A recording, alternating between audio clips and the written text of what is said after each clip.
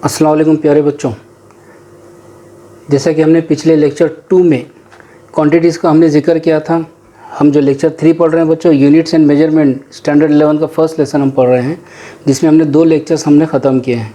अब हम आ जा रहे हैं सीधे लेक्चर 3 पर। अब बच्चों इसके अंदर पिछले लेक्चर 2 में भी और फर्स्ट में भी मैंने जिक्र किया था फिज़िकल क्वांटिटी क्या होती है। इसे एक बार अच्छे से देख लो, इसके बाद फिर हम उसके आगे बढ़ेंगे। फ़िज़िकल क्वांटिटी तबई मकदारों को बोलते हैं। फिर से मैं रिपीट कर रहा हूँ, उर्दू मीडियम के जो बच्चे हैं वो लास्ट में, इस वीडियो के लास्ट में मैं इसका ट्रांसलेशन पूरा करके लिखा हूँ, आप उसमें देख लेना, ठीक है। चलिए आ जाते हैं इस लेसन पे, इस टॉपिक पे। फिज़िकल क्वांटिटी होती है the quantity which can be measured, ऐसी कोई मकदार जिसको हम गिन सकते हैं, पैमाइश कर सकते हैं, उसी को हम बोलते हैं बच्चों फिज़िकल क्वांटिटी। अब आ जाते हैं बच्चों यूनिट पर। यूनिट कहते हैं the standard use for measurement of physical quantity is called unit of that quantity. बच्चों मैंने आपको बताया था 8 kg, 5 kg, 5 लीटर, ये लीटर, kg, ये सब क्या होते हैं हमारे पास, यूनिट होते हैं, ठीक है। अब बच्चों इसके अंदर ये जो यूनिट है, ये यूनिट 3 तरह के होते हैं। ये देखिए 3 यूनिट्स। फर्स्ट यूनिट है बच्चों fundamental physical quantity. Fundamental physical quantity हम कहते हैं बुनियादी तबई मकदार, डिराइव फिजिकल क्वांटिटी माखूज़ तबई मकदार, और तीसरी थी सप्लीमेंट्री एंगल ज़िम्मी ज़ाविया। अब बच्चों मैंने आपको पिछले लेक्चर में बताया था कि फंडामेंटल क्वांटिटी क्या होती है। देखिए इसको, ऐसी फिजिकल क्वांटिटी जो किसी ऐसी तबई मकदार जो किसी दूसरे पर मुनहसर नहीं होती। The quantity which do not depend upon the quantity which does not depend upon any other physical quantity for their measurements. किसी की पैमाइश के लिए बुनियादी तबई मकदार किसी दूसरे पर मुनहसर नहीं होती उसके पैमाइश के लिए। इसकी तफसील से जो डेफिनेशन है वो उसमें आप देख लेना, ठीक है। उसी को हम बोलते हैं फंडामेंटल फिजिकल क्वांटिटी। बच्चों फंडामेंटल फिजिकल क्वांटिटी जो होती है 7 टाइप्स के बताते हैं इसके। एक होता है बच्चों, देखिए इसको, एक है सीरियल नंबर यहाँ लिख दिया, फंडामेंटल क्वांटिटी ऐसा यूनिट और इसके सिंबल है। लेंथ जिसकी ऐसा यूनिट है बच्चों मीटर, सिंबल है m।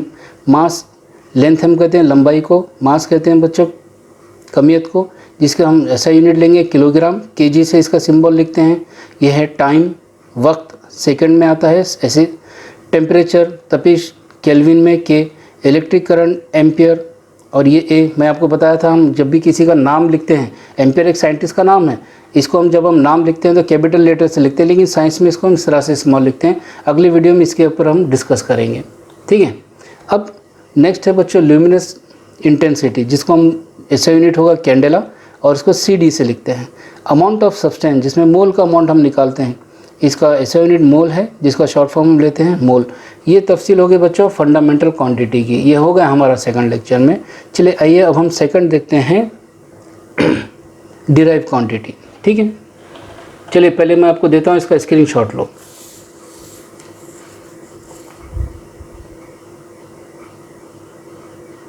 नेक्स्ट, फंडामेंटल क्वांटिटी का स्क्रीनशॉट। अब आ जाते हैं इस टेबल पे जो कि आपको लिखना है, ओके। चलिए आ जाते हैं हम डिराइव क्वांटिटी पे। तो बच्चों derive quantity, derive physical quantity, the quantity which depends upon one or more physical fundamental quantities for their measurement is called derive physical quantity.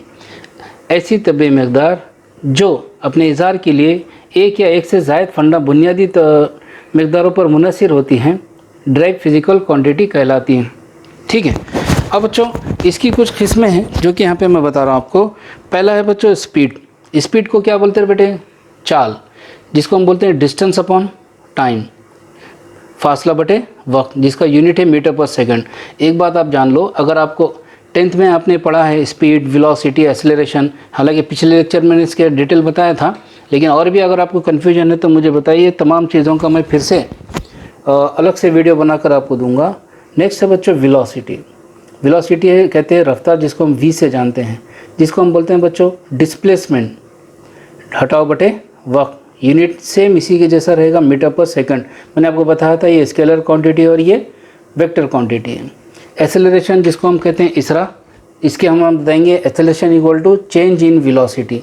Change in velocity upon time, जिसका हम लेंगे metre पर second square. ये कैसे हुआ था मैंने आपको पिछले लेक्चर में बताया था। जो ये लेक्चर अभी देख रहे हैं वो अगर फर्स्ट और सेकंड लेक्चर नहीं देखे तो दोबारा वो लेक्चर देखें, फिर इसके बाद थर्ड लेक्चर पर आए तो आपका कन्फ्यूजन क्लियर हो जाएगा। ठीक है, अब इसके बाद हम आएंगे बच्चों फोर्स पे।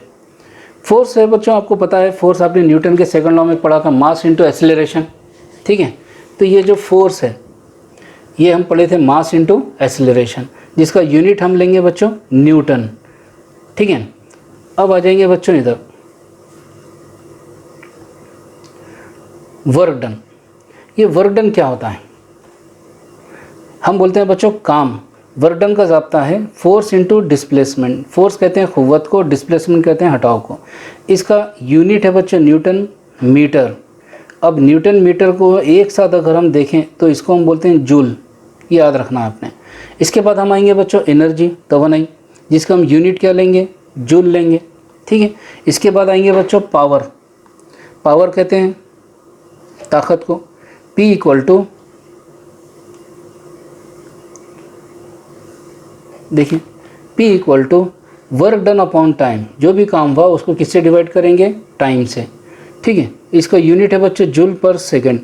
अब ये जूल वर्क डन के लिए जूल आ गया, टाइम के लिए सेकंड आ गया, लेकिन दोनों को जब डिवाइड करके रेशियो लेते हैं तो उसको होता है बच्चों 1 वाट बोलते हैं इसको। ठीक है, अब आ जाएंगे बच्चों मोमेंटम, जिसको हम बोलते हैं कदर, जिसको हम P से जानते हैं, और इसका फार्मूला है P equal to mass into velocity. वैसे हम बताते हैं बच्चों product of mass into velocity is called momentum. Momentum को किससे लिखेंगे? P से। अब P equal to M into V, mass into velocity, unit है kilogram metre per second, kilogram metre per second. अब आ जाएंगे बच्चों लास्ट है density.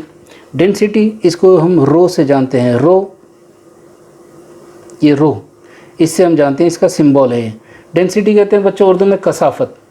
Density equal to mass upon volume, यानी इन दोनों का रेशो हमको क्या मिलाता है? डेंसिटी दिलाता है। तो density equal to M upon V, जिसकी यूनिट है बच्चों kg पर मीटर क्यूब। ये अच्छे से इसको नोट कर लेना। चलिए इसके स्क्रीनशॉट्स लेने हैं, इसको देख लो, ले लीजिए स्क्रीनशॉट। चलिए इसके बाद सेकंड,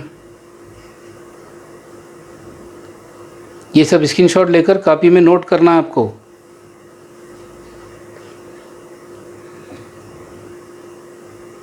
ओके, चलिए अब इसके बाद तीसरी हम देखते हैं एंगल, सप्लीमेंट्री एंगल। तो बच्चों अब हम तीसरा जो एंगल देखने जा रहे हैं सप्लीमेंट्री एंगल। सप्लीमेंट्री एंगल जिसको हम बोलते हैं जिम्मी ज़ाविया। सप्लीमेंट्री एंगल दो तरह के होते हैं बच्चों, इसकी दो किस्में हैं। एक है प्लेन एंगल, इसको कहेंगे बच्चों सादा ज़ाविया, और ये है सॉलिड एंगल, जिसको हम कहेंगे ठोस ज़ाविया। प्लेन एंगल हम इसको लिखते हैं बच्चों डी थीटा से, प्लेन एंगल डी थीटा से लिखेंगे, और सॉलिड एंगल डी ओमेगा से लिखेंगे। बच्चों अक्सर ये देखें तो आप ज़रा कंफ्यूज नहीं होना, कहीं इसको ओम नहीं कहना अभी यहाँ पे ये ओम नहीं है, बल्कि क्या है बच्चों, ये ओमेगा का काम कर रहा है। ठीक है, चले आ जाते हैं, पहला हम देखते हैं बच्चों प्लेन एंगल क्या होता है, सादा ज़ाविया।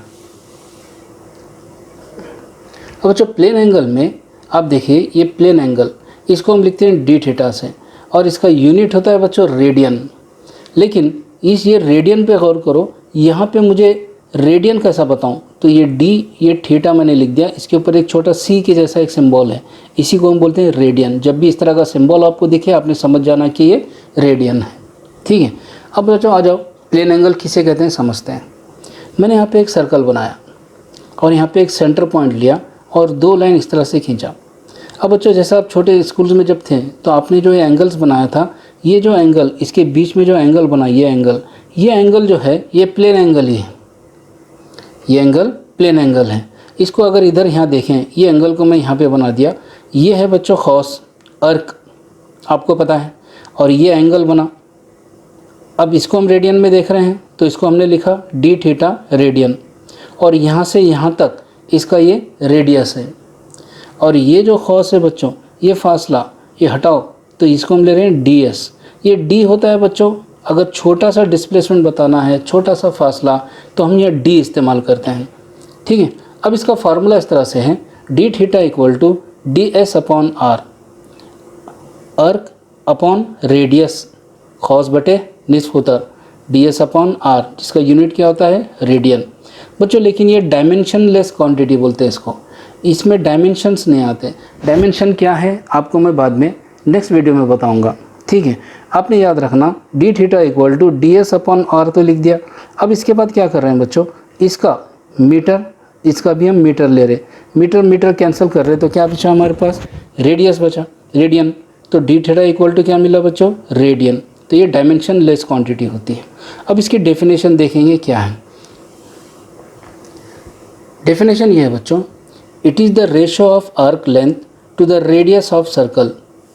मतलब इसका it is the ratio, ratio यानी इसकी निस्बत निकाल रहे हैं हम, दोनों को डिवाइड कर रहे हैं। किसको डिवाइड कर रहे हैं, आर्क लेंथ, ये जो आर्क लेंथ क्या है ds, ये ds to the radius of circle, किससे डिवाइड कर रहे हैं, रेडियस ऑफ सर्कल से। तो वो क्या कहलाता बच्चों, प्लेन एंगल कहलाता। क्या कहलाएगा, प्लेन एंगल, ठीक है। अब बच्चों यहाँ पर इसमें याद रखना दो चीज़ें याद रखना है ख़ास तौर से, conversion between radian and degree. Radian से डिग्री में कैसे तब्दील करते और डिग्री से रेडियन में कैसा तब्दील करते, ये हम देखेंगे। चलिए सबसे पहले हम देखेंगे बच्चों डिग्री से रेडियन में तब्दील करना। डिग्री से अगर रेडियन में तब्दील करना है, चेंज करना है, तो हमेशा उसको पाई बाय 180 से डिवाइड करना पड़ता, मल्टीप्लाई करना पड़ता। डिग्री से रेडियन करना है तो पाई बाय 180 से मल्टीप्लाई करेंगे। जैसे फ़र्ज़ कीजिए 90 डिग्री को हम चेंज करने जा रहे हैं रेडियन में, कैसे करेंगे, मैंने क्या किया, ये 90 मल्टीप्लाई, इसको जब रेडियन में लाऊंगा तो हमेशा किससे मल्टीप्लाई करूंगा, पाई बाय 180, पाई बाय 180 से। तो 90 1 जा 90 2 जा, तो इस तरह से पाई बाय क्या मिला मुझे, 2 रेडियन। तो 90 डिग्री का रेडियन क्या है, तो आप बोलेंगे पाई बाय 2 रेडियन। चलिए यहाँ पर आते हैं, रेडियन से डिग्री में चेंज करना है, डिग्री से रेडियन में लाना है तो पाई बाय 180, रेडियन से डिग्री में जाना है तो 180 बाय पाई। चलिए ये देखते हैं, पहला इसी को ले लेते हैं, ये जो हमने रेडियन में चेंज किया पाई बाय 2 रेडियन को हम क्या में चेंज करने जा रहे हैं, डिग्री में। तो मल्टीप्लाई किससे करेंगे, 180 बाय पाई से। तो हमने लिखा pi by 2 multiply 180 upon pi, 180 upon pi से इसको मल्टीप्लाई कर देना, ये पाई पाई कैंसल, 2 1 जा 290। तो बच्चों पाई बाय 2 रेडियन का रेडियन से डिग्री में ला रहे तो क्या बच रहा, 90 डिग्री बच रहा, समझा। अब आ जाएंगे यहाँ पे दूसरी एग्जांपल, देखो पाई रेडियन को क्या में चेंज कर रहे, डिग्री में। तो कैसे करेंगे बच्चों, पाई रेडियन इक्वल टू पाई से मल्टीप्लाई किससे कर रहे, 180 अपॉन पाई, ये पाई कैंसिल, तो क्या बचा 180 डिग्री। तो पाई रेडियन को क्या मिला हमारे पास, 180 डिग्री। तो बच्चों समझ में आएगा आपको प्लेन एंगल क्या होता है। प्लेन एंगल किससे किसको डिवाइड करते हैं हम, आर्क लेंथ को, ये इसको खौस, ये आर्क बोलते हैं बच्चों, याद रखना दायरे का ये खौस, ये arc upon radius of circle, दोनों को जब डिवाइड करते हैं तो हमें कौन सा एंगल मिलता बेटे, प्लेन एंगल मिलता, ठीक है। तो ये प्लेन एंगल हो गया। चलिए इसका स्क्रीनशॉट ले लेंगे, पहले ले लीजिए स्क्रीनशॉट।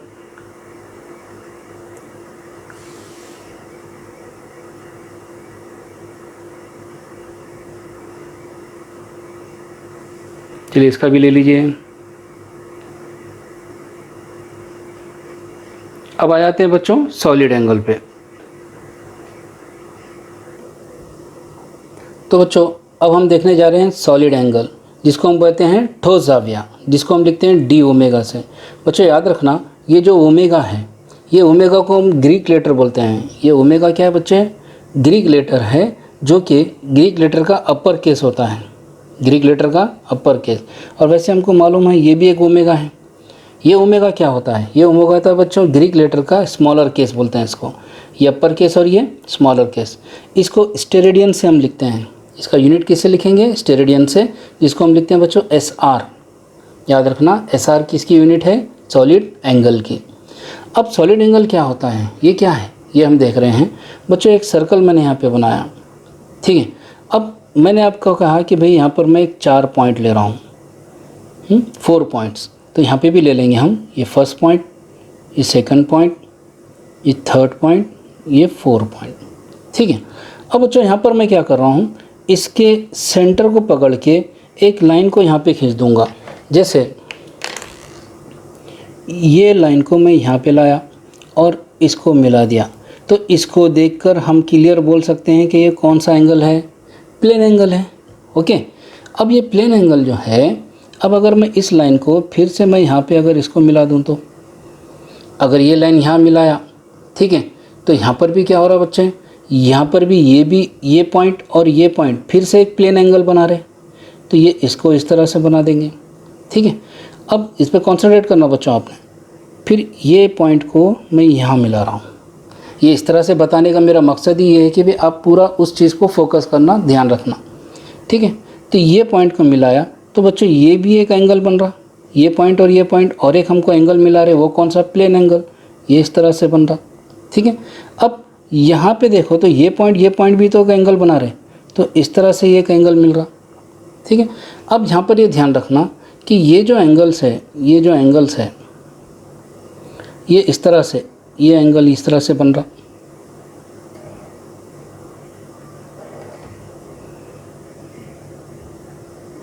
इसका मतलब ये है कि इस सरफेस के ऊपर ये जो एंगल बन रहा, ये जो हिस्सा बन रहा, इसको हम किससे लिखते हैं, DA से। ये सरफेस इस जगह पे जो एंगल बना रहा, उस एंगल को हम कौन सा एंगल कहते हैं बच्चों, सॉलिड एंगल। इस प्लेन सरफेस के ऊपर ये जो एंगल यहाँ पे हमको मिल रहा है, ये एंगल होता है सॉलिड एंगल। ठीक है, अब बच्चों यहाँ पे याद रखना, ये जो हिस्सा है ये रेडियस ऑफ सर्कल है, और इसको किससे लिखते हैं अपन, डी ओमेगा से। ये डी ओमेगा क्या है बच्चों, ये सॉलिड एंगल के लिए लिखते हैं। ठीक है, अब याद रखिए ये डी ओमेगा इक्वल टू, इसका फार्मूला क्या है, d omega equal to DA upon r square. DA ये area upon area r square, समझ में आ, इसका डेफिनेशन ही देखकर आपको समझ में आ जाएगा। क्या लिखा है देखिए, it is ratio of area of position of surface of sphere, position of surface of sphere to square of radius of sphere. ये रेडियस का, इस स्फीयर का स्क्वायर ऑफ द रेडियस बोल के बोलते हैं, यानी कि DA area of position of surface of sphere upon square of radius r square. क्या होता है बच्चों, ये कहलाता है सॉलिड एंगल। तो बच्चों याद रखना, ये what is solid angle for entire sphere. अब अगर मैं इस पूरे सॉलिड, ये इतने हिस्से का तो हमने DA लिया, लेकिन पूरे टोटल स्फीयर का अगर मैं आपसे कहा कि भाई इसका स्फीयर का क्या एंगल हो सकता है, ये पूरे स्फीयर का, कुर्रे का, ये सर्कल नहीं है बच्चों, याद रखना ये स्फीयर है, तो क्या हो जाएगा। तो बच्चों यहाँ पर देखो, the surface area of the sphere is, इस स्फीयर का सरफेस एरिया क्या हो सकता है, हमको पता है DA इक्वल टू क्या होगा बच्चों, 4 पाई आर स्क्वायर होगा। क्या होगा बच्चे, 4 पाई आर स्क्वायर। तो यहाँ पर हम लिख रहे डी ओमेगा, हमको पता है बच्चों फार्मूला क्या है यहाँ पे, d omega equal to DA upon r square, और हमारे पास DA क्या है, 4 पाई आर स्क्वायर। तो इस फार्मूले में DA की जगह पे हम क्या रख सकते हैं, 4 पाई आर स्क्वायर। तो मैं यहाँ पे रख रहा हूँ d omega equal to 4 pi r square upon, फिर वही आर स्क्वायर को नीचे लिख रहे, ये आर स्क्वायर और ये आर स्क्वायर कैंसिल हो गया, तो क्या बच गया बच्चों, डी ओमेगा इक्वल टू 4 पाई। क्या बच रहा हमारे पास, डी ओमेगा इक्वल टू 4 पाई। तो बच्चों याद रखना, ये एंगल्स थोड़ा सा ध्यान में रखना कि ये हमने क्या किया, ऐसे 4 पॉइंट लिया, इसको यहाँ पर ऐसा बना के हमने इसको एंगल मिलाया, ये एक एंगल मिला, ख्याल रखो इसका। इसके बाद फिर ये प्लेन एंगल बना, इसके बाद फिर क्या है बच्चों, ये देखिए ये लाइन उसको मिला है हमने, फिर एक एंगल बना, तो ये पॉइंट मिला के फिर एक एंगल, फिर यहाँ से हमने और एक एंगल बनाया, ये पॉइंट और ये, तो ये जो एंगल हमको बना, ये एंगल क्या होता बच्चे, सॉलिड एंगल कहलाता। ठीक है, चलिए इसका स्क्रीनशॉट ले लेंगे।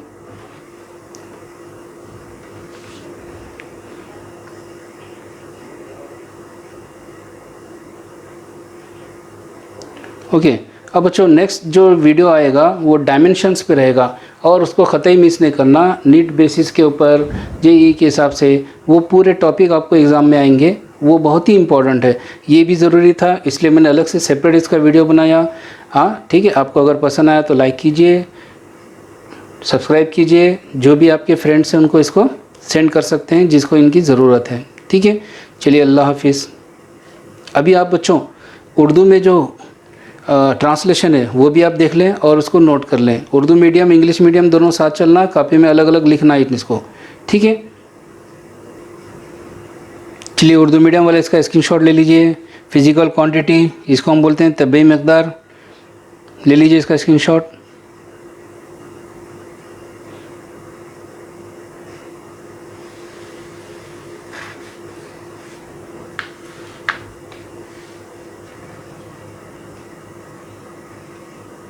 चलिए फंडामेंटल क्वांटिटी का स्क्रीनशॉट,